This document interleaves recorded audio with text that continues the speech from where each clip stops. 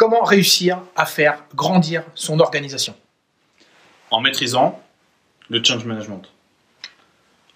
Mission, explique. Alors, change management, ce sont toutes les techniques qui sont liées à la gestion du changement. C'est ce que tous les managers en poste devraient être en mesure de maîtriser et de pratiquer au quotidien.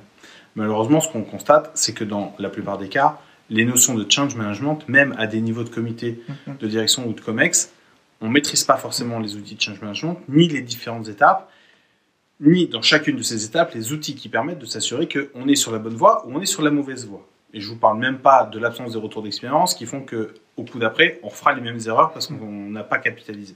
Vous savez, c'est un peu comme le signe infini où on dit « Ah, tiens, c'est à ce moment-là que je me suis rendu compte que j'avais fait la même erreur que la dernière fois. » Oui, mais c'est trop tard.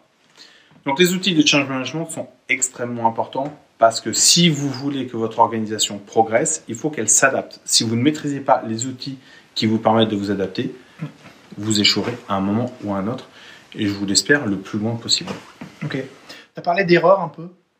Apprendre par l'erreur, ouais. La culture de l'erreur. Ouais. J'ai rencontré un monsieur il y a très peu de temps qui m'a...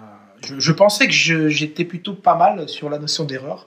Il m'a en fait encore plus ouvert les yeux sur la notion d'erreur. Ouais, mais... Et en fait, il est arrivé sur...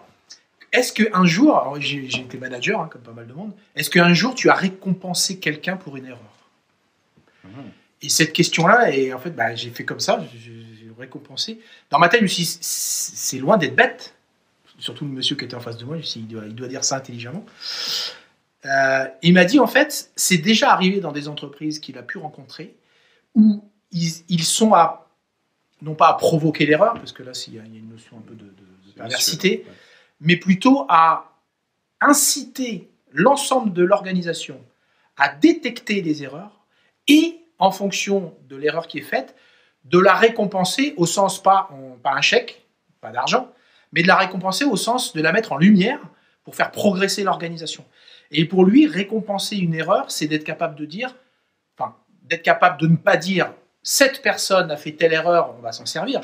C'est de dire, voilà l'événement qui s'est passé, voilà ce qui s'est produit, et avec cet événement-là, on va essayer de capitaliser, de progresser pour éviter qu'elle se reproduise, oui, mais surtout pour grandir.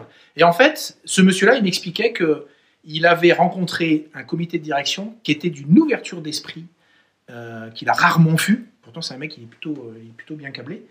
Qu'il a rarement vu, parce que même le comité de direction, lui-même, entre les membres du comité de direction, avait pris, alors c'est pas une habitude, ils avaient pris le rythme, le réflexe de travailler eux-mêmes sur leurs propres erreurs. C'est plutôt pas mal. Donc l'erreur, vous pouvez la récompenser au sens, si vous souhaitez faire progresser votre organisation, l'erreur va vous y aider si vous la mettez en valeur pour éviter qu'elle ne se reproduise, mais dans le sens de que peut-on faire pour éviter que, et puis progresser sur ces sujets-là. C'est marrant parce que quand tu parles de tout ça, il y a deux sujets qui me viennent en tête. Le premier, c'est le sujet du carambar. Parce qu'en fait, le carambar, on ne le connaîtrait pas si l'entreprise qui l'a créé n'avait pas pris conscience que cette erreur était en tant que telle un truc de dingue. Et aujourd'hui, quand on voit ce que fait Carambar avec ses petites barres, ça valait le coup de faire l'erreur, mais c'est surtout, le plus important, c'est merci à ceux qui se sont rendus compte que cette erreur était peut-être extraordinaire en termes de potentiel. Et c'est toute la difficulté, c'est notamment en matière de système de management, c'est justement de faire la part des choses entre ce que je structure, ce que j'organise, tout en laissant cette marge de manœuvre et de créativité qui permet d'aller plus loin. Et ça, c'est complètement dingue. Le deuxième sujet, c'est il y a des gens de grandes familles qui ont la chance pour leurs enfants de pouvoir leur offrir des tuteurs et non d'aller à l'école. Et vous savez ce que c'est que le rôle d'un tuteur ? Le rôle du tuteur, c'est de corriger un plus grand nombre de fois l'élève. Parce qu'en fait, on apprend en faisant des erreurs.